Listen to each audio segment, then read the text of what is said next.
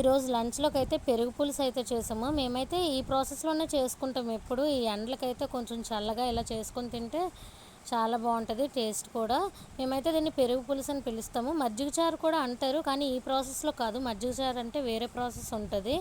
ఇంక మేమైతే ఈ పెరుగు పులుసు అయితే అప్పుడప్పుడు చేస్తూ ఉంటాము. టేస్ట్ అయితే చాలా బావుంటది. ఒకసారి ఈ ప్రాసెస్‌లో మీరు కూడా చేసుకోండి. ఇంక మనం ప్రాసెస్‌లోకి అయితే వెళ్ళిపోదాము. ఫస్ట్ అయితే హాఫ్ లీటర్ పెరుగు ప్యాకెట్ ఒకటి, పావు లీటర్ పెరుగు ప్యాకెట్ ఒకటి తీసుకొని పెరుగు కట్ చేసుకొని ఒక గిన్నెలో అయితే వేసుకొని ఇంకా గడ్డలు లేకుండా బాగా విస్కర్‌తో కలుపుకోవాలి. తర్వాత కొంచెం పసుపు, కొంచెం ఉప్పు యాడ్ చేసి ఒక టీ గ్లాసుడు వాటర్ మాత్రమే యాడ్ చేశాను. వాటర్ అయితే ఎక్కువగా ఎయ్యం మేము.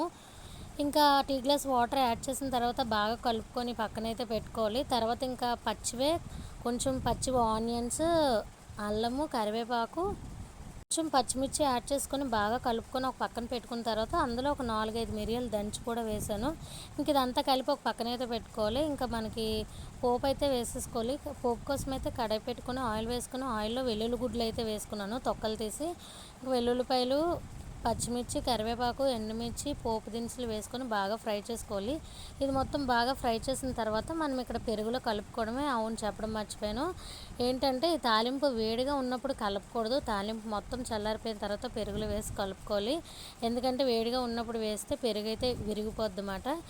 ఇంకా లాస్ట్‌లో అయితే కొత్తిమీర యాడ్ చేసుకుంటే మనకి పెరుగు పులుసు అయితే రెడీ అయిపోయినట్లే. టేస్ట్ అయితే చాలా బాగుంటుంది. ఒకసారి ఈ ప్రాసెస్‌లో ట్రై చేయండి. వీడియో నచ్చితే లైక్ చేసి సబ్స్క్రైబ్ చేసుకోండి.